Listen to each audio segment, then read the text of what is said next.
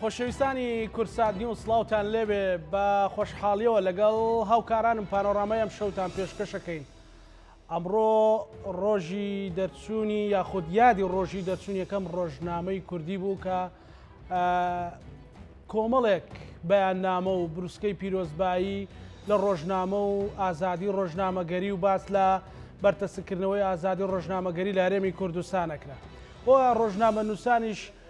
بەشێکی زۆرمان بە هەندێک مام پیرۆزباییمان لە خۆمان و هاوپیشەکانمان و هەندێکیشمان بە بۆڵەبۆڵ ڕۆژەکەمان بەڕێکرد. ئەوەی گرنگە و جددیە لێرە ئەوەیە کە لە یادی ڕۆژنامەگەری کوردیدا ئایا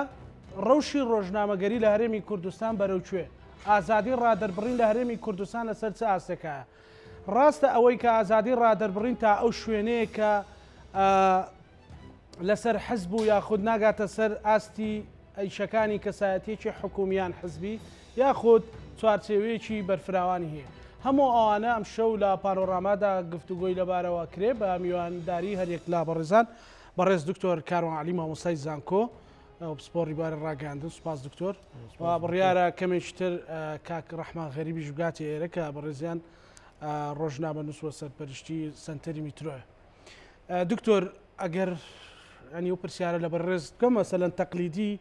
تەقلیدی نەبێ، ینی چی ئەڵێ لەم ڕۆژەیە لە ڕۆژی ڕۆژنامەگەری کوردیە ئێستا ڕەوشی ڕۆژنامەگەری لە هەرێمی کوردستانە لەسەر ئاستێکە؟ با منیش بە پیرۆزبایی دەست پێ نەکەم، چکە پیرۆزبایی لە ڕۆژنامە نووس بەڕاستی هیچ مانایەکی نییە. خۆ زیاتر بە پرتەوەبۆڵە بەڕێمان کرد خۆم یەکێک بووم لەوانە. منیش ئەمڕۆ لە چەند شوێنێ بەڕاستی بە پرتەبۆڵە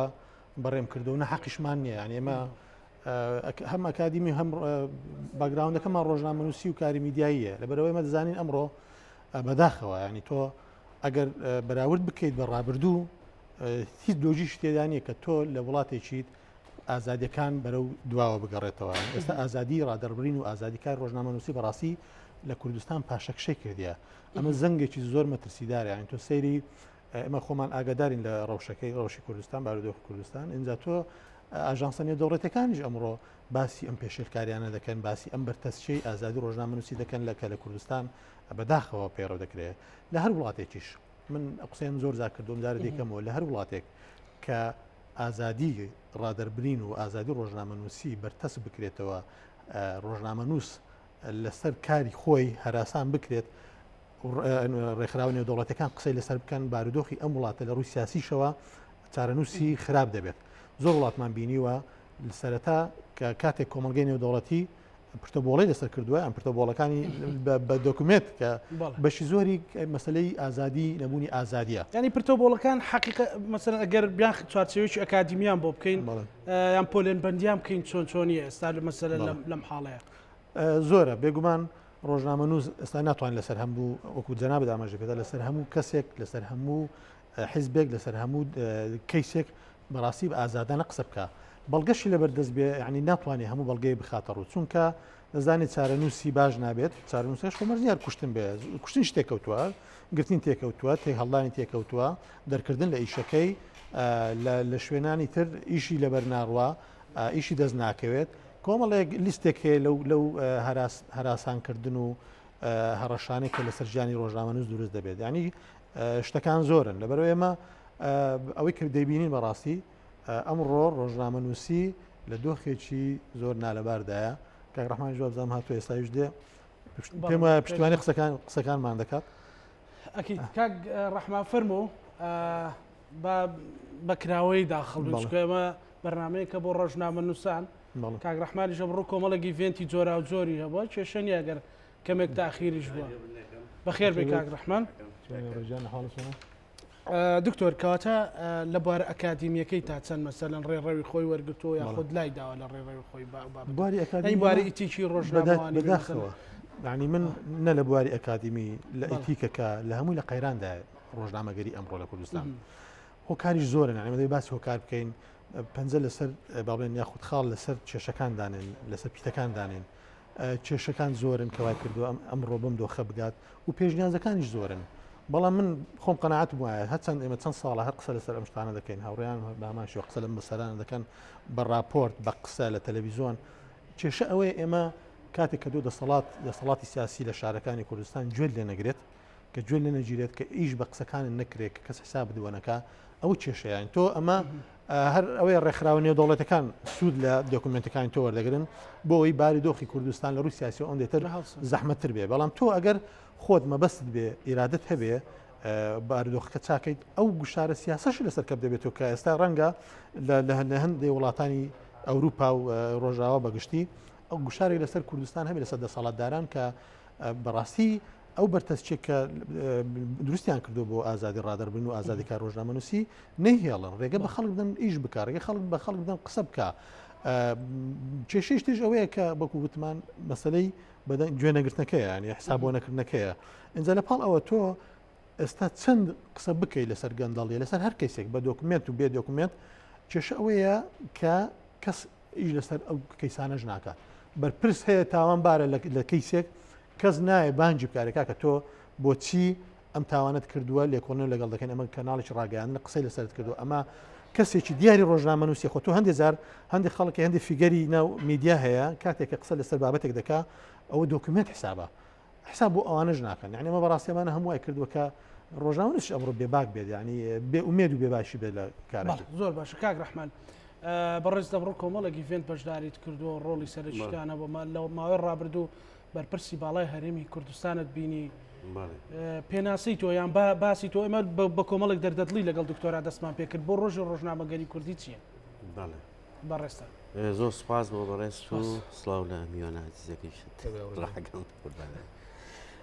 ڕێک دوو جارێکترتان بینی ئەمڕۆ بڵێ ئەمڕۆ ڕۆژی جەژنی ڕۆژنامەگەری کوردیە پیرۆزبایی لە ئێوەی بەڕێز لە هەموو ڕۆژنامەنووسانی کوردستان دەکەم بە تایبەتیوانی پشتی کامێراکە کەم جار باسییان نەکرێ پیرۆزبایی لە هەمویانەکەم ئێمەمان پیرۆزبای کاکەڕوان و بۆ هەمووانی پشتی کامێرا ئێمە لە هەرێمی کوردستانە بێ اعتراف بۆ بکەین کە مشکلەمان هەیە لە بواری ئازادی ڕۆژنامەنووسی و مشکلەمان هەیە لە بواری مامەڵەکردن لە کەیسی ئازادی ڕادەربڕین و بە کەیسی مافی مرۆڤ وەگشتی لە هەرێمی کوردستانە لە ماوەی ڕابردووە مامەڵەیەکی خراپ لەگەڵ ئەم کەیسانە کراوە بۆیە ئەگەر بە پێوەری دیموکراسی تەماشای بارودۆخی کوردستان کەین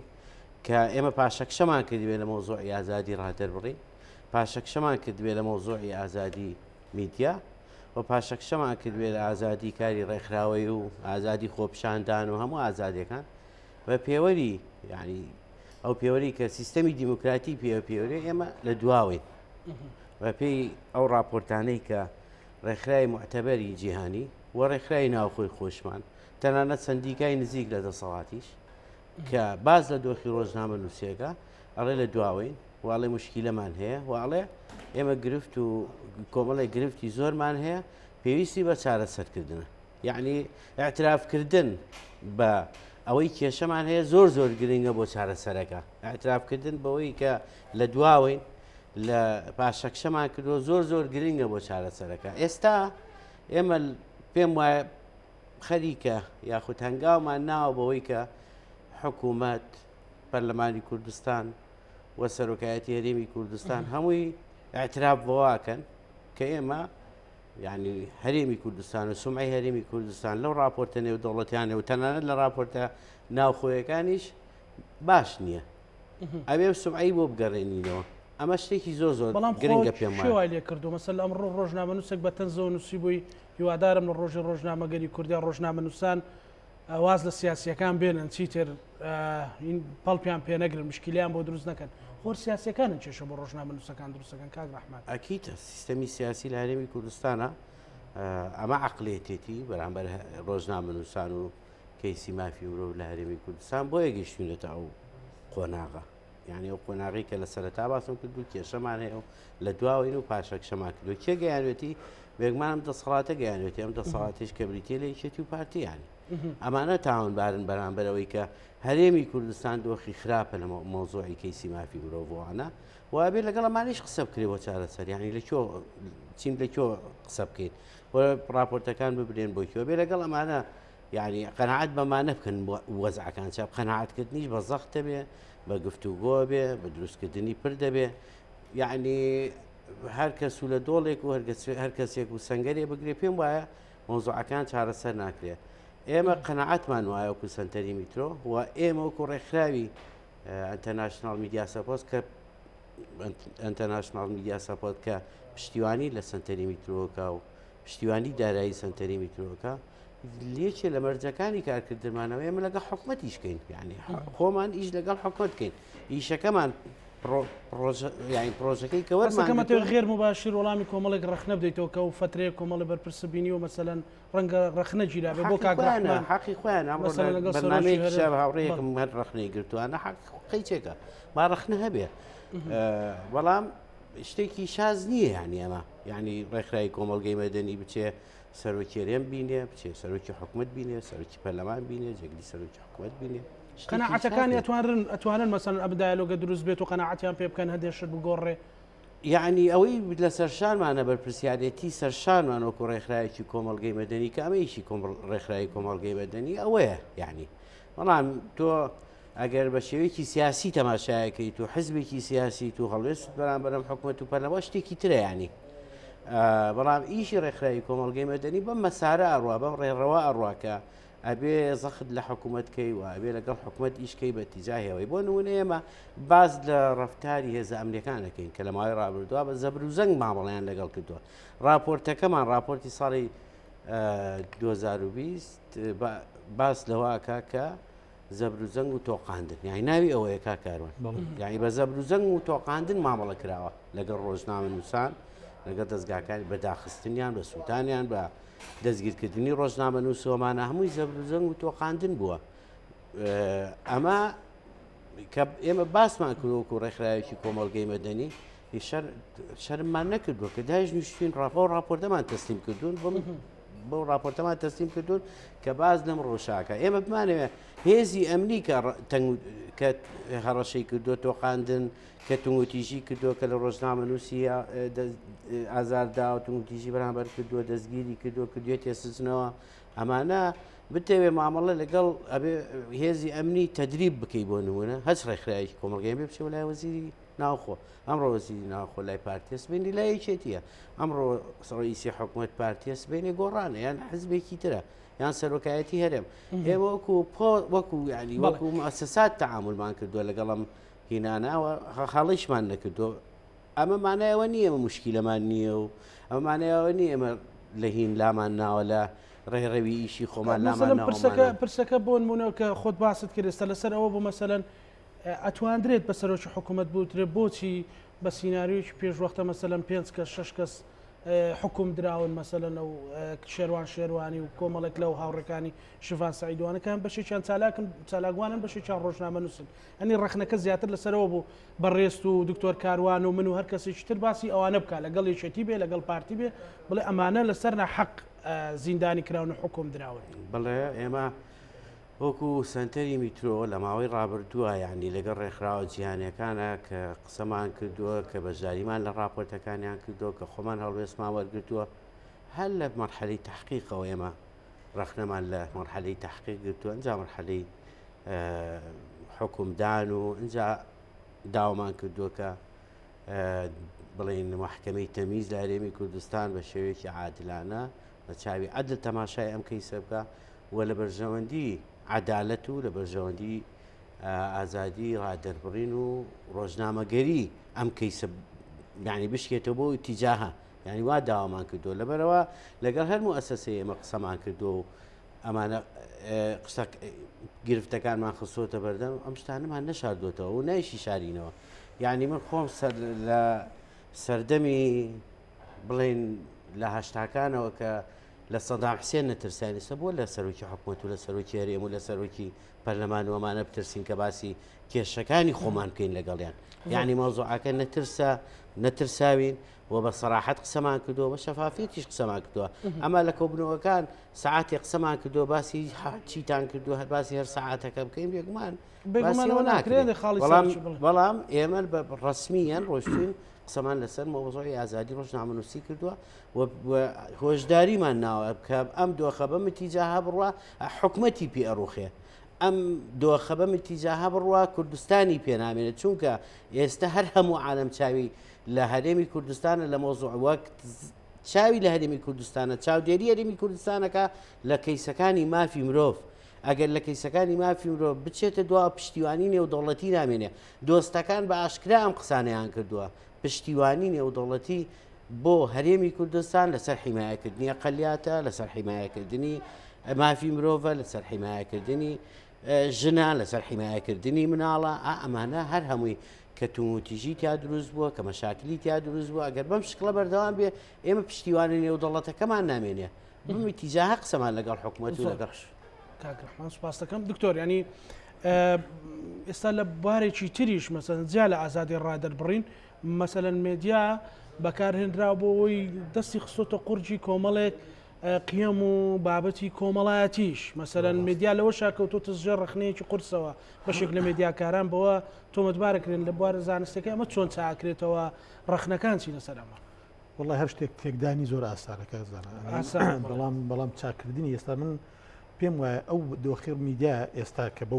بەو ڕادەیە بێکەڵک بووە ئەمە میدیاکار ینی هاوڕێم لێرە کاکڕەحمان ئاگادارە میدیاکار ئێستا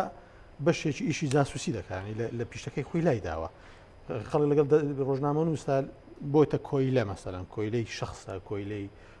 حیزبە ینی کۆیلەتی خۆ دەزانی کۆمەڵ خەسڵەتی هەیە ئەو کۆیلانە تۆ لە سوۆشال میدیاکەی ئەو ڕنگ دەداتەوە یعنی ئەمە جارێک نییە دوو جارە ینی تۆ ئەگەر تێبینی بنووسیت هەستەنگاندەکەی شتێشترە بەڵام کۆیلەتی خەسڵەتی جیاوازە خەڵکێکی زۆرمان بۆتە کۆیلا ینی ئەمانش جۆرێکە لە جۆرەکانی سوکردنی ڕۆژنامەنووسی لە کوردستان ئینجا لەسەر مەسلەی لایەنە کۆمەڵایەتەکە بەڕاستی لایەنی کۆمەڵایەتی تەڵانە بۆ ڕێکخراوە ئەنجۆکانیش ڕاستە ینی بەشی زۆری ڕێکخراوە ئەنجۆکان ئەمڕۆ لەگەڵ یەکێ لە حیزبەکانی دەسەڵاتە یان کەسێکی ناو حیزبەکانی دەسەڵاتە ینی خۆ ئەنجۆکان لە ئەوروپا نەهاتوون مەگەر تاکوتەرە هەبێت سربەخۆ بێت یا سربەخۆیانە ئیش بکات بەرحاڵ لەسەر مەسلەی لایەنە کۆمەڵایەتەکە زۆر بەداخەوە ینی ئێمە میدیا سوۆشال میدیاکە نام میدیا ئەو مێنسترین میدیاکە پێدەوترێت کەناڵەکانی میدیا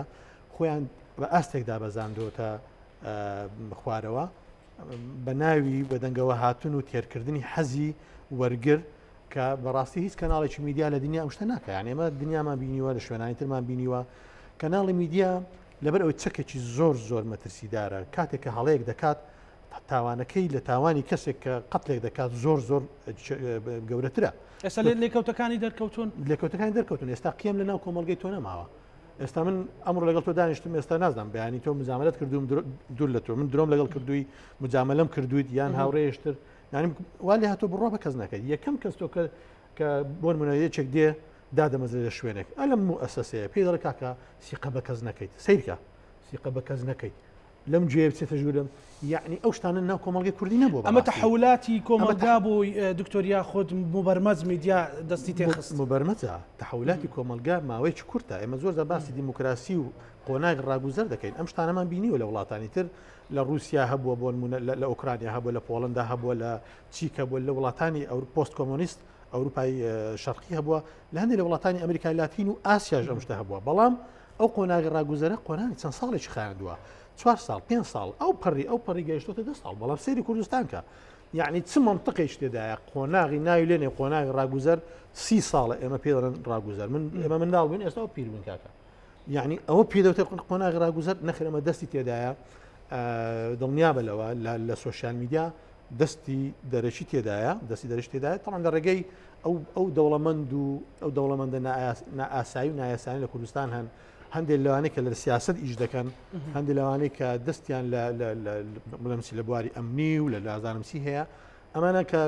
پشتیوانی کەناڵی میدیایی دەکەن بۆ یەک شت دەیکردن بۆ بەرژەوەندی تایبەتی خۆیان کە بۆ بەرژەوەندی تایبەتی خۆیان کرد محاربەی کەناڵی تر دەکەن کەناڵەکان تریش تماشڵ خۆمەزانین چۆنن زۆربیان طبعا کەناڵی سنجین هەیە ینی ئەمە شتێک قسە دەکەن ڕێژەیە ئەمانە کە تۆ بۆ بەرژەوەندی خۆت ئیشی کرد قیام لە پێ دەکەیت بەداخەوە قیام لە پێ دەکەیت وا دەکەیت خەڵکێک لە تەلەڤیزۆن وابەستەی خۆت دەکەیت بە پرۆگرامێکی زۆر تافێ زۆر ناشرین زۆر یاخود مسلسلێک کە هیچ شتێکی لە کۆمەڵگەی تۆ ناچێت ئێستا مەشت دەبینین خەفەت دەخۆیت جنێو دەدەیت یعنی تۆ من بینیمە لە ماڵ لە عایلە سەیری مسلسلی کردووە لە داخە جنێوی داوە منداڵ جنێوی داوە ئەی هەوار ئەمە وا یعنی ئەمە تۆ گەڵانی میدیایی لەبەرەوە تاوانەکەی زۆر گەورێت چونکە هەموو ماڵێک دەکا هەمومان پەیوەند ژیانمان پێویستە بە کەناڵەکانی ڕاگەاندن بڵێ ئێستا ئەمە هەزاران کەس سێ دەکات سێ جۆ لە قسەکانی ئمە دەگرێت ئێمە بە نەوعێک هاندان بکەین خەڵک هاان بدەین لە 1000 کەس هیچ نەبێت 50 کەس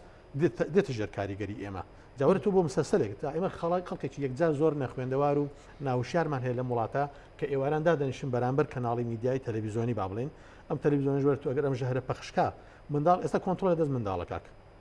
تۆ وەرە قەتل کوشتن خۆ کوشتن لە مسەسەلانە کە دەبینیت کچێک مسەسەلش تورکیە یان هندیە نازانم چیە خۆی هەڵدەواسێ منداڵە خۆی هەڵدەواسێ خۆ لە لاسایی دەکەنەوە ئەی منداڵ تۆ پەڕەیەکی سپیە چی ببێنە پێی وایە کەناڵی تەلەڤیزیۆنی کەناڵی ڕسمیە شتی ڕسمیە دامەزراوی ڕسمیە لەبەرەوەی کە من شتێک دەبینم لە تەلەڤیزیۆن فەرقی هەیە لە سوۆشیال میدیا فەرقی هەیە لە هەندێک چەند وازی هەیە هەیە بۆ کاری ڕۆژنامەگەری لە هەرێمی کوردستان وازی هەیە ئەوەیە کە هەمومان و بەشێکی زۆری خەڵکی ڕخنەی لێ هەیە کە قیامەکانی دەستکاری قیامەکانی کۆمەڵی کوردەواری کردووە پێمە وایە کە زۆر وێرانی کردووە بەشێکی وازی هەیە کە ئێستا زوڵمی لێ دەکرێت زۆر جار مەسەلە بەدڵنیایی وایە زوڵمیش لێ دەکرێت کەناڵی میدیای یعنی تۆ ئێستا شتێکی گشتگیر پەیدا بووە خەڵکی تەنانەت سوۆشیال میدیا لەگەڵ ئەم کەناڵە لێک جیا ناکاتەوە خەڵکی وێبسایت لە سوۆشیال میدیا جیا ناکاتەوە ینی لە میدیایی با بڵێن ئەوەی کە میدیای خەڵکی پێدەوترێ تاکە کەس دەتوانێت بەڕێوەبەرە پێش دروستکا و ئەکاونتی هەبی تێکەڵێک خەڵک ڕۆژنامەنووسی ڕاستەقینە و کەسێک کە بلۆگەر یا ئەکاونتێکی چالاکی ئەکتیڤە یان پێدەڵێت چالاکوانی ناو سوۆشیال میدیا لێکی جیان ناکاتەوە بەڕاستی خەڵکە ناوشیارە ینی تۆ ئێمەش لەبەرەوەی کەپتمان هەبووە دەیان ساڵ کەپتی ئازادی ڕادەربڕین و خۆ دەرخستنمان هەبووە کەس پێ نەوتی یارێ تۆ ماشەڵڵا کاکزانە چەند قۆزی چەند جوانی ئەم ڕسمەت ئێستا هەمووی دیجیتالە 100 ڕسم دەگەی ڕسمێکە جوانە دایدەنێ لە فێسبووکەکەت هەر خەریک خۆتی تیکتۆک فێسبووک ئینستای نازانم چییە ئەیتر چاوەڕێ دەکەی لایکێکت بۆ دێ دەستمێنێ تا ئێوارە خەریکی لایکێک و دوان و کۆمنتێکی یعنی تۆ ئەمە فەوزایەکی دروست کردو بەڕاستی ئەمە وای لێ کردو لە لای خەڵکە ناوشارەکەمان یان خەڵکە عامەکە باڵێن ینی ئەو حقیقەتی لە دەسەڵاتی چوارەم هەبوو خەریکە دەشێوێت دەسەڵاتی چوارەم نەماوە لە کوردستان نەماوە دەسەڵات چوارەم نەماوە بەڵام زۆر بۆ دەسەڵاتی یەکەمە هەندێک جاریش دەڵێن نەماوە ئێستا کاکزانم مەسلێک شتێکی پێدەوتی دەسەڵاتی پێنجەم بەڕاستی لێرە نەبووە ینی قسەش کەم لەسەر کراوە دەسەڵاتی پێنجەم دوێشتە ڕێکخراوەکانی کۆمەڵگەی مەدەنیە خەڵکی نوخبەیە ئەکادیمیە نوخبەیە کەسانی نووسەری دیار و ئەوان لە ناوتەنان لە ناو سیاسەکانی زۆر جار خەڵکەکان کە قسە و بۆچوونەکانیان بەهێن هەڵدەگیرێ ئەمانە دەسەڵاتی پێنجەم من کە چاودێرن بەسەر میدیاشەوە بەڵام تۆ میدیا چاودێری چی بکە تۆ مؤسسەی قەزایی دادگان نییە دادگا هۆکاری بەشێکی گەورەی کێشەکانە کە بنامێ بچمە سەری مؤسسەی تەنفیزیت دەسەڵاتی تەنفیزەوەمان دەزانین چ وێرانەیەەکە پەرلەمانیشم نییە وەکو هەیکەل و وەکو بودجە هەتە خەڵکەکە هەیە بەڵام پەرلەمانت نییە کە ئیشە بکە بە کەڵکی خەڵکەکەت بێ یان لەبەرە تۆ سێشت نییە ئیشی میدیا دەمێنێتەوە کە تۆ کۆمەڵگەت چاکسازی لە کۆمەڵگە بکەیت ئەمەش ناکەی لەبەر چی لەبەر ئەو چێبرچێ ناشیا و نەگونجاوی کە لە نێوان کەناڵەکانی میدیا بە تایبەتی ئەوانەی سەر بە دەستڕۆیشتوانن بەرامبەر بەیەک دەکرێت قوربانەکەش کۆمەڵگایە زۆر باشە دکتۆر کاک ڕەحمانیانی لە کەیسە زۆرا و جۆرەکان مەسەلەن سەفارەتی نوێنەرایەتی بەریتانیا نیگەرانی دەربڕی و ئەمریکا دەری بڕیوە مەسەلان ڕێکخراوی مافی مرۆڤ و دەوڵەتی و ئێوە ئەو کۆنتاکتی هەتانە لەگەڵ ڕۆژنامەنووسە دیارەکان مەسەلە لەگەڵ ڕێکخراوەکان ئەمانە تا چەند لەسەر هەرێمی کوردستان و مؤسساتی هەرێمی کوردستان دەکەوێت ئەو ڕەخنانە و سەرنجانیانی زۆر جار دەڵێن گوێی پێمەدەوە ڕێکخراوەکان و لە چوارچێوە راپۆرتێکا بە سێ دێر بە چوار دێر باسی کردو ناوا مەڵێ ناڵێکی پێمەدە کابرا هەندێک جار کەسێکی داناوە نەنا کەسێکی داناوە حکوومەتی هەرێمی کوردستان ئیشی بەسەوەی وەڵامی راپۆرتیروسبیکردن یعنی نکۆڵیکردن و ڕەتکردنەوە حەلی مشکلەکەکە هەر هەیە مشکلەکە تۆ هەر ڕەتی کەرەوە هەر بەردەوامەوە هەر خەڵک هاوارێتی لەسەر لە مامەڵەکردنی دەسەڵات لەگەڵ ئەم کەیسانە و لەگەڵ خزڵی ئازادی ئۆمانە لەبەرەوە حکوومەتی هەرێمی کوردستان ئەم سیاسەتەی غەڵەتە ئەوەیە کە هەموو راپۆرتێکی نێودەوڵەتی فعلەن دراسی بکە ئەمڕۆ راپۆرتێ لەسەر هیومان ڕایت وۆچ دەری کردووە لەسەر مەوزوعی جیراوە حکم دراوەکانی قسەی کردەوە یەکسەر ڕەت کرایەوە ینی بە شکڵێکی زۆر هین ڕەت کرایەوە هەموو قسەکان ڕەت کرایەوە هەموو ئەو داخوازیانەیشی کە لە حکوومەتی هەرێمی کوردستان هەیە بوو هەر ڕەت کرایەوە ینی ئایا ئەمە کەیسەکەی وەکو ینی چارەسەری کەیسەکەی کردنا کەیسەکە و خۆی ماوەتەوە خەڵکی وەکو ئێمە هەر داواکە مۆزۆعی حکومەکانیان لا ببرێت و ئازاد بکرێن و یعنی کۆمەڵی داخوازی هەیە هەر بەردەوامە بێ و هەر ڕخنە لە حکوومەتی هەرێمی کوردستانەگرن لە سەر مەسلەی مامەڵەکردنیان لەگەڵ کەیسی ئەم گیراوانە خەڵکیێک هەر ئەمانە نین من 5 کەسە کە حکم دران خۆ خەڵکێکی تر هێشتا حکم نەدراوە هەر لە قۆناغی تحقیقان هەر پەیوەندیدارن بەم زۆرن ینی ئەم کەیسە لەبەرەوە پێم وایە حکوومەتی هەرێمی کوردستان لە بری وەڵامدانەوە ڕەتکردنەوە بە شێوەیەکی تر بیری لێ بکردایەتەوە یعنی حکوومەتی هەرێمی کوردستان بە منەڵێ لە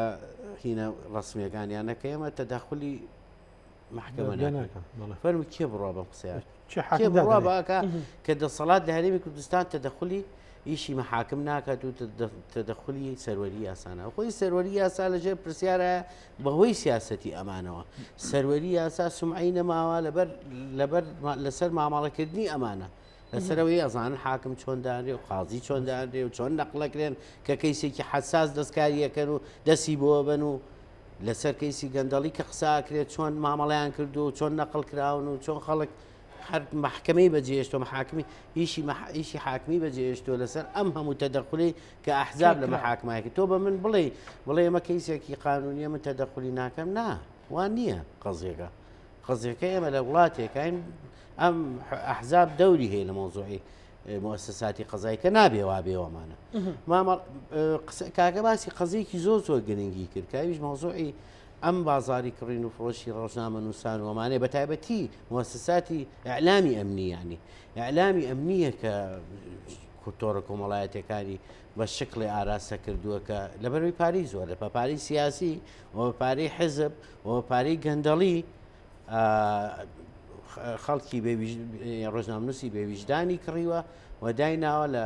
ئۆفیسی بۆ کردوێتەوە و هەر جارەی پەلاماری کەسێکەیەن و شخصێتێکی ناسرا و شخصەتێکی سەربەخۆ و ڕێکخراوێکی سەربەخۆ دەن تاکو سومعی بۆ نەهێڕن لە هەرێمی کوردستان ینی کە کاکاڵی قێم نەماوە هیچیان نێشتۆتەوە ینی ئاسانترین شت لە ناو میدیای کوردی ئەستا درۆیە ئاسانترین شت لە ناو میدیای کوردی ئەوەیە کە قسە هەڵبەستی ئاسانترین شت شکاندنی خەڵکە ئێمە بە چیەکرێ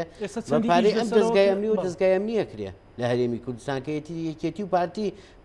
هینیەکەن لە بەیاننامەکەی ئەم جارەمان ئێمە تەکیدمان لەوە کردووە یعنی ئەمە شقلێکە لە جاشایەتی تۆ ئێستا ئەمانەت کڕیوە بە پارە تەوجیهانەکەی زدی ئەم ڕێکخراو و درۆ لەسەر ئەم کەسایەتی و درۆ هەڵبەستن لەسەر ئەم کەسایەتی کۆمەڵایەتی و ئەم ژن و ئەم چالاکوانە بەیانی پارەیان زیاتر بدرێتێ ئێران و تورکیا پاری زیاتر بدرێت لە دژی خۆت و لە دژی مؤسسەکەت و لە دژی کوردستان بەکارە بیر لەمە ناکەیتەوە تۆ دەستی بردووە شتێکی زۆر خەتەر ئەم شکڵە لە مامەڵەکردن لەگەڵ میدیا و کڕینی ویژدانی ڕۆژنامە نووسان و ئەم بێ ئەترافی پێ بکەین ئەبێ ئەترافی بکەین زانیاری و پاراستن ئەبێ ئەتراف بەم قەزیە بکەن ئەبێ ئەتراف بکەن کە ئەوانن تێکیان ناوە ئەم وەزعیان تێگاوە ئەم سۆسیال دیموکراتی ئەم سوۆشال میدیا ها کاکە یعنی ئەمەی کە لە ناو تۆڕە کۆمەڵایەتیەکان و ئەمانە ئەگوزەرێ بەشێکی زۆر و چالاک ئەم دەستگا ئەمیانە هینیەکە تەغزیەیەەکە و بە پارەی سیاسی و بە پارەی گەندەڵی و بە پارەی دزی خەڵک ناشرینەکەن و خەڵکەکەن بە دز و خەڵکە ڕێکخرای کۆمەڵگەی مەدەنی ناشرینەکەن هیچ نەمێنێ تا هەر هەمووی عید خۆیان بێ یعنی ئێستا تۆ سەر بە دەستگای ئەگەر ڕێکخراوێک سەر بە دەستگایەکی ئەمنی بێ یاخود کەسایەتیە سەر تۆ دوازی لێ هێنن ینی بەڵام هەموو کەسێ ناشرینەکەن تاکو ئێستا بەم شکڵ بکەن میدیا ئەمەی کاکە باسیەکە زۆر گرنگە ئێمە پێویستیمان بە چاودێری میدیایشەیە ئێمە چاودێری دەسەڵاتەکەین لە مۆزوعی ئازادی ڕۆژنامە نووسی ئەی کێ چاودێری میدیا بکە لەم ماوەی ڕابردووە چی بە ئاڵاخان نەکرا کێ چاودێری و جۆرە میدیایە بکە پێشتریش چەند کەسایەتیەکی تر کە پەلامار دراون و ناشرین کراون کێ بەرپرسە لەمە ئەنی کاک ڕەحمان ئەمە ئەبێت چاودێری سوڕی بکرێت. هەرێمی کوردستانە شێوێنە لە دنیای دەرەوە ئەزانی چی ئەم یان شێوان دوێتی زۆر شێوان دێتی و هەر هەمووی دەسەڵات و یاخود خەڵکێکی دەستڕۆشتی ناو دەسەڵات بەرپرسن لەم دۆخەی باشە کە ئێستا هەیە ئەگەر هەماهەنگی و کۆنتاکتێک هەبێت گوێ لە سنتەری میترۆ و مامۆستایانی جامیعە و سندیکا ڕۆژنامەنووسان بگیرێ لەوەی کە کەسێک دانەی لە تەعینیکە لە حکوومەت یاریێمی کوردستان بەس بڵێ نەخێر ئەوەی وتیان وانە بەڕێزان ئەوەی ئەمڕۆ وتراوانە هیومان ڕایت سۆچ وتی وانە ڕێکخراوی ڕۆژنامەوانیانی بێسنەر وتی وانیانی کامیان گرنگترە کاک ڕەحمان هەماهەنگی هەبێ بۆی تۆزێک فەزاکە بکرافکردن نەکڕەتکردنەوە و کۆڵیکردن لەو کێشانێکە هەیە ئەگەڕێمەوە سەرەوەی حکوومەت یاریێمی کوردستان بێ چارەسێ دەیان کەسی وەکو کاکاروان هەیە کە دیدیان هەیە بۆ چوونیان هەیە ئەیانێ وەزعەکە بە ئاراستەی بەرژەوەندی کوردستان و دیموکراتێتی کوردستانی بگۆڕێ ئەیانێ بارودۆخەکە باش بێ مامۆسای زانکۆن و تەلەبە گوێی لێگرتوون و یەک جیلیان پەروەردە کردووە لە تەلەبەی ئەعلام و ئەمانە گوێیان لێگیرێ بانیان کە قسەیان لەگەڵکەن با ئەوان شتەکان بخەنە بەردەم حکوومەت ئێمە کاکە سربەخۆ نین و ئێمە لایەنگرین بۆ نمونە بڕۆ خەڵکی خۆشتا هەر خەڵکی خۆتان بێنن باباسی بارودۆخەکە بکە یعنی لە ناوێکێتی و پارتیش دەیان کەس هەیە یعنی دید و ڕوانینی زۆر گرنگی هەیە لەسەر گۆڕینی ئەم بارودۆخی کە هەیە دوو بارودۆخە یەکیان میدیا خۆی و چاودێریکردنی میدیا خۆی یەکێکیان سلوکی دەسەڵات بەرامبەر بە میدیا هەردووکی ئەبێ قسەی لەسەر بکرێ و بێ احترافی پێ بکەین بۆچی لەناو بۆ هێنا ڕێگە بین زمینە ئەو نەخۆش بێ هەرچی ڕێکخراو هەیە لە جیهانە بێت باسی هەرێمی کوردستانکە بۆ گوێ لە ڕێکخراوەکانی خۆت ناگری کە من ئەو ڕێکخراوانی مافی مرۆڤ باسی سنتەری میترۆ ناکەم لەو لاداینە کە من ڕێکخراوەکانی مافی مرۆڤ کە باسی مەلەفی مافی مرۆڤیان کردو لە کوردستانە کە خراپە سجنەکانمان کە خراپە چاکسازیمان و نازانم چی و چی خراپە سجنی سیاسیمان هەیە لەسەر مۆزوعی ئازادی ڕادەربڕین دەستگیر کراوە و مامەڵی خراپی لەگەڵ کراوە کەم ئەو کەیسانە کە باس کراون باسی تەعزیب نەکراوە لە هەرێمی کوردستان ڕێکخراوی ناوخۆییمان هەیە باسی تەعزیبی بکرا ئەگەر تۆ جۆ لەوە بگری و بڕۆیتە بۆ چارەسەرکردنی و کێشانە و نەیهێڵی دوو کەس سزا بدی لەسەر مۆزوعی تەعزیب دوو کەس سزا بدی لەسەر ئەوەی کە دەستگیری ئازاری ڕۆژنامەنووسانیان لە ناو دەستگاکانی خۆتە بێگومان ئەم شتە نابێنێ لەبەرەوەی ڕەدع نییە لەبەرەوەی ڕەدع نییە یعنی وا ئەهێنی هەنێ جار وای هێنی دێتە بەرچاو کە ئەم حکوومەتە خۆی ئەم فۆزایی هەبێت پێویستی بۆ فۆز پێم وایە ینی کەس هەندێک کەسایەتی هەیە لە ناو سیاست ئیش دەکەن کاسبی سیاسی دەستیان هەیە خۆیان باشە دکتۆرە و فۆزای چۆن چارەسەرە بێ مەسەرەن خۆ ناکرێمە 22 نیسانێکی تریش بێن بڵین ئازادی بەرتەسک بۆتەوە خوا نەکردە ڕۆژنامەنووسی تر شەهید کراوە زیندانی کراوە لیدراوە سزن کراوە ئەو ئێستاکە ئەی بینین مەسەرەن جوابی قەڵەمە خۆ بۆچی زیندان بێ هەنی چۆن ئەمە قەڵەمە بۆ من و بۆ ڕەحمان ڕەنگە جوابی بۆ تۆش جوابی ئێمە قەڵەمە بۆ یەکتر بەڵام من قسەم کرد لەگەڵ یەکێکی مەسئول لە دەستگایەکی ئەمنیان ڕۆژنامەنووسێکی مؤسسات ئەمنیەکان جوابی ئەوان چەکە جوابی ئەوان تێ هەڵدانە جوابی ئەوان نانبڕین ڕۆژنامەنووسەکەیە هەراسانکردنی لەو دامەزراوانی کە ئیش تێدا دەکەانی ئەوە جوابەکانی تیان بەڕاستی ئێمە شێوازی وەڵامدانەوەمان هەیە و شێوازەکەش ئەوەیە کەەوە خوجانە بەداماژە پێدا قسەی خۆمان پێ و قسەکە دەکەیت بەڵام کێشەوەیە بەڕاستی من ینی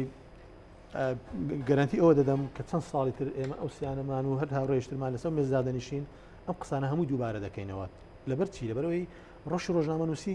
بەڕاستی ڕۆژنامەنووسی سێکتەرێکە لە ناو کۆمەڵگا تۆ سێکتەری سیاسی هەیە کە باڵادەستە سێکتەری سیاسی ئابوووریەکەت هەیە کە دەستی باڵای لە گەندەڵی هەیە لە هەڵوشینی سامانی ئەم وڵاتە بە خاک و ژێر خاک و دار و بەردەوە ینی ئەمانە کۆمەلگاکەشت ینی خەڵک وشیار نییە خەڵک ئێستا نەخوێندەوارە بەڕاستی یان تۆ بەوە نییە کە ئێستا ڕستەی دەتوانین بخوێنیتەوە بەڵام نەخوێندەواری تێناگەی لە پشت ئەوەی کابرا بەڵێ چی دەگوزارێ یەک قسە دەکەمە بەس دەقسەکە چیە لەبەرەوەی ئەگەر تۆ نتوانیت دادگاشت بە هەمان شێوە یاساکانیشت ئەگەر تۆ ئەم شتانە چانەکەی چۆن ڕۆژنامەگەری بە تەنیا چاک دەبێت ئەگەر تۆ عقلەتی کۆمەلگا هەندێک شت هەیە خۆ پەیوەندی بە عشاری وایە کاکە من قسەی بکەم لەسەر کابرا لەسەر ئەم جادێ ئاوا سەیری بکەم یان ئاوا سەیری خوشکت بکە کچەکەت بکە خۆ تۆ تێک دەچی ینی لە دەست خۆ نییە لەبەر تۆ عقلێتی کۆمەلگاکەمان ئێمە جیاوازە بەڕاستی من ینی زۆر جابیلەوە دەکەمەوە چی نەزەریەکێ لە عالم تطبیق بێ لەسەر کورد لە ڕووی ئازادی ڕادەربردنەوە هیچی بەتەنیا تطبیق نابێت ئیلا دەبێت تۆ میکسێک دروستکەیت یان شتێک خۆت بەرهەمی بێنی لە ڕووی ئەکادمیەوە نەزەرە دەبێت دروستکەیت بەڕاستی ینی ئەمە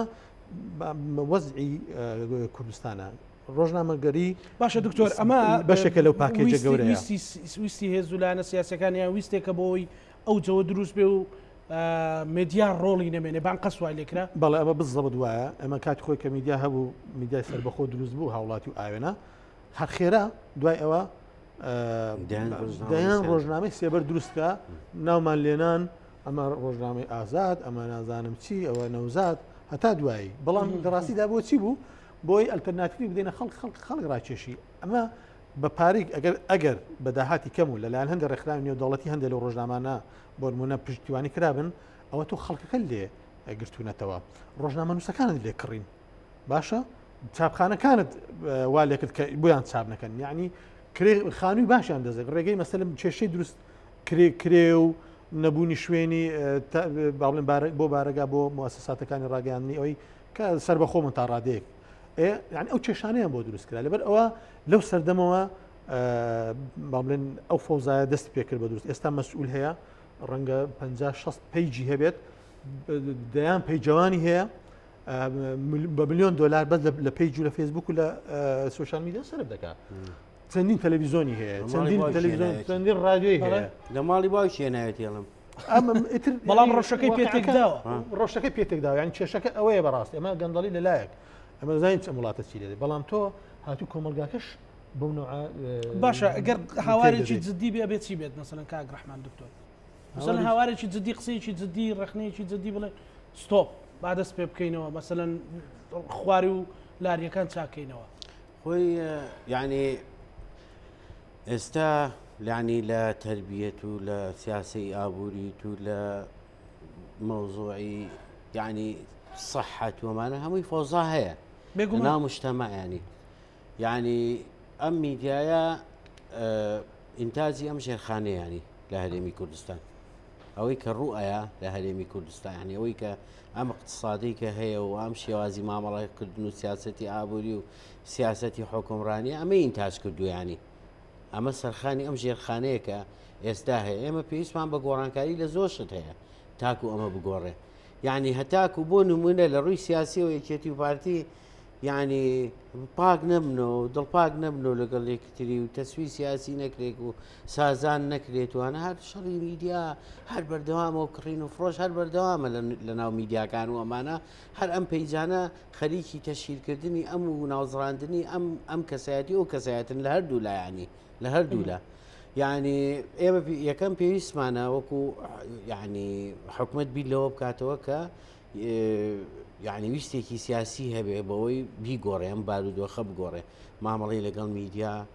جێبەجێکردنی یاسای ڕۆژنامەگەری پێدانی زانیاری وەکو وتمان یعنی سا حکومت ئەڵێ ئێمە حەری حربمان ڕاگەیانوە لەگەڵ گەندەڵی ئێمە بەبێ شەفافێتە بێ بەبێ لێپرسینەوە بێ بەبێ پێدانی زانیاری کۆمەڵی خەڵک نابێ لەسەر ئەمانە نابێ یعنی تۆ ئەگەر بتەیە شەڕی گەندەڵیکەیە بێ ئەلام شەریکی لەگەڵ خۆت تۆ ئەلامت کردۆ بە دوژمنی خۆت لەلایەکەوە ینی ئەو ئەلامی کە کاریگەری هەیە و سەربەخۆی و بەرپرسە و ئەمانە لە پێنەدانی زانیاری یعنی مۆزۆعی دەرگای زانیاری بکاتەوە یاسای ڕۆژنامەگەری جێبەجێ بکرێ خەڵک لەسەر کەیسی بڵاوکردنەوە کەیسێک کە پەیوەندی بە ئازادی بیر و ڕاهەیە بە پێی یاسای ڕۆژنامەگەڕی مامەڵی لەگەڵ بکەی نەکچی پەنا بۆ یاسای تیرۆربەری یان یاسایەکی تر و خەڵک تونکەی لە زیندانە و ئەمانە یعنی لە زۆر بوارە ئێمە لە بواری میدیای پێویستمان بە تەدریب هەیە و پێویستمان بەوە هەیە کە زانکۆ بێتە ناو ئەم مۆزوعەوە ینی مامۆستایانی زانکۆ پێشنیازیان هەبێت لەسەرەوەی ئەم بارودۆخە چۆن چارەسەرەکرێت حکومت لە چەند لایەکەوە جۆ بگرێ ینی سەرۆکایەتی هەرێم سەرۆکایەتی پەرلەمان بیر لە یاسای تازە بکاتەوە بیر لە هەموارکردنی یاسای ڕۆژنامەگەری بە شکڵێ بێ هەرچەند ترسمان هەیە یاساکە بەرینەوە مۆزۆعی ڕێخستنی میدیای ئەلکترۆنی بە شکڵێ بێت کە لە بەرژەوەندی ئازادی ڕادەربڕین و ئازادی بیرروڕا بێت کە تەشیر خەڵکە تەشیری کرد بزانێت تەشیرە و درۆی کرد بزانێت درۆی و ئەمانە لە زۆر بوارایمە پێویستمان بە گۆڕانکاری هەیە پێش هەموو شتێ ئەم هینا ینی ئەم نظامە سیاسیە ئەبێ عقلێتی بگۆڕێ لە تێڕوانینی بۆ ئەم کێشانەی کە هەیە یعنی نابێ بەڕەتکردنەوە و کۆڵیکردن و هەر باسی میدیات کرد لە کاکە میدیات نییە تێگاوە ڕاستە تێکیا بەس بەشێکی زۆری تێکدانەکە خۆتان کەواتە چارەسەرەکەی ئاڵۆزە ئاڵۆزە بەڵام ڕێگا زۆر هەیە ینی بۆ چارەسەر یعنیەوە نییە ڕێگاکان داخرابنوانە بە تایبەتی ئەمە هێزی زۆر هێزی زیندومانەیە خەڵکمانێ خەڵک لەسەر میدیاساکە خەڵک لەسەر دەسەڵات و لەسەر گەندەڵەکانی دەسەڵات و لەگەڵ مامەڵەکردنی لەگەڵ کەیسی مافی مرۆڤوانە لە ناو میدیاش خواست ماوە هێشتا بۆ نەماوە خەڵکێکە سەر بەخۆن میدیا هەیە هێشتا سەر بەخۆی خۆی نەفرۆشتووە میدیاوان هەیە هێشتا خۆی نەفرۆشتووە بەڵامی چێتی پارتیایی بڵێ هەموو ڕێ میدیا هەموو میدیاکان خۆیان سەر بێ سێکی خێرمان بۆ بکە کاکە هێشتا ماوی هێشتا تێکەڵی کۆمەڵش نەبوو لانیکە مەسەلەن لە قیەمەکانی کۆمەلگا کوردستان جیاوازە لەناو هەموو میدیاکانی کوردستان لە مامەڵەکردنی لەگەڵ هەواڵ و مامەڵەکردنی لەگەڵ حقیقەت و مامەڵەکردنی لەگەڵ بارودۆخی گشتی و کەلتوری دابوونەریت هەر لە بیدایەتەوە کە دروست بۆ شاشەیەکی جوانە چۆزە کوێ دواوە لەسەر مۆزۆی ئابوووریوانە بوو وازانەمە وایە یەکێتی ئەو پارانەی کە بۆ شتی تری سەرفەکە بۆ ئەم نوع میدیایی سەرف کردایە. سپاس دەکەین کاک ڕەحمان دوا سەرنجم پێ بڵێ دکتۆر والله من زۆر ڕژ ینی بۆ چارەسەر من ڕژبینم ینی نازم چۆن کاک ڕەحمان ئەڵێ دەرگاکان مووی دانەخراوم بەڵام بڵێ ئەگەر بۆ قسەکەی کاک ڕەحمان ئەگەر بە بەرنامە ئەگەر لێت گەڕێن ئێمە بەرنامە هەیە چاک بکرێن یان دەتوانین بەرنامەیەک دانێ بۆ چاکردنی میدیا لە کوردستان بەڵام چێ ڕێگە دەدا چه گوێ لێ دەگرێت چێ ڕێگە دەدا ئەمە وەکوتم پاکێجێکی تەواوکاریە یعنی تۆ دەسەڵات دەبێت لەگەڵ بێت دەسەڵات چیە خۆ دەسەڵات ئێمە هەڵڵێن حکوومەتی هەرێم حکوومەتی هەرێم چیە خۆ حکوومەتی هەرێم شکڵە بەڵام تۆ ناو حکوومەتە ناو حیزبەکان لە هەر شارێک لە هەر شارۆچکەیەکی کوردستان کۆمەڵێک دەست ڕۆیشتوو هەیە 50-60 سەکداری پێ بەدەست لە پشتە ئەوانە وڵاتەکە بار ئەو شوێنەکە بەڕێوە دەبن ئیتر هەر لە حدود دەکات تا دەگاتە بیرێنەوتە تا دەگاتە مەسپاینەوتە کارگەیە زەویزاری وە بەرهێنانە هەتا دوایی یعنی لەبەرەوە تۆ نازانی ئاراستی قسەکانی لەگەڵ چێ بکەی یەکێ دەڵێ بەسەر چاو چاچی دەکەین بەرامبەرەکەی ئەمادام وتی چاش دەکەین ئێمە خراپتری دەکەین لەبەرەوە من پێم وایە ئەگەر ئێستا ئەمە بڵێن ئەوە هەموو بێنە سەر مێزی قسە مێزی گفتوگۆ بڵێن کاکە تەواو بڕیارمان چاچکەین بڕوان پێ بکە بە 10 ساڵی تر چاک نابێت ئەگە بڕیار بدرێت چاک بکرێت 10 ساڵی تری دەوێت بەڵام چییە ئێمە پێویستە بەڕاستی من ئەو قسەیە دەکەم ئەوەی ئەزافل ئیمانەکەیە میدیاکار ڕۆژنامەنووس پێویستە خۆی وجدانی هەبێت خۆی ڕوئیای هەبێت یعنی خۆی هەرزان فرۆش نکات هەرزان فرۆش ئەوەیە کە تۆ بە ئاسانی ببیتە کۆیلا بە ئاسانی بکەیتە ژێر تەسیری بیرڕایەک یاخود بۆ توی ئادۆلۆژیاک بێ ئەوەی خۆت بیر بکەیتەوە لێک ئەم ئایدۆلازیایە باشترە یان ئەوەی تر وشیاری بۆ ڕۆژنامەنووس زۆر گرنگە اینجا خەڵکیش وشار بکەێتەوە لە سوۆسیال میدیا و یعنی بۆ لەبارەی سوۆسیال میدیا و تەلەڤیزۆنەکانی سپاس دکتۆر کاروان عەلی مامۆستای زانکۆ سپاس بۆ بەڕێز کاک ڕەحمان غەریب ڕێخەری سەنتەری میترۆ هەردوو بەڕێستان پێویستان بە ناساندنی بەڵام زۆر سپاس بۆ بەشداریتان بە هیوای ڕۆژی ڕۆژنامەگەری باشتر ساڵشتر بەرنامە لەسەر کۆمەڵە گۆڕانکاری باش بکەین و هاوڕێکانیشمان لە زیندان نەبن ئەگەر نەی گۆڕن خۆیانە گۆڕن دڵنیا بە هیوای دەژور قسە ماکرد بە هیوای بەرەو باشی بگۆڕێ لانی کەم ڕۆژنامە نووسەکان لە زیندان نەبن بینەرانی خۆشەویست لەگەڵ هاوکارانم پانۆڕامای ئەم شەومان پێشکەشکردن بە ناوی خۆشمەوە پیرۆزبایی لە هاوکارانی خۆمەکەم لە ئەستافی بەرنامە و تەواوی هاوکارانی دەستگای میدیای کورسات بە هیوای ئەوەی وەکو بەڕێزان باسییان کرد کە لانی کەم هاوڕە ڕۆژنامە نووسەکانمان لە زیندان نەبن و ڕەوشی ڕۆژنامەگەریش بەرەو ڕێگە ڕاستەکەی خۆی بڕواتەوە. پانۆڕاما پێشکەشکرا تا بەرنامەی داهاتوو بەخواتان ئەسپێرین خواتان.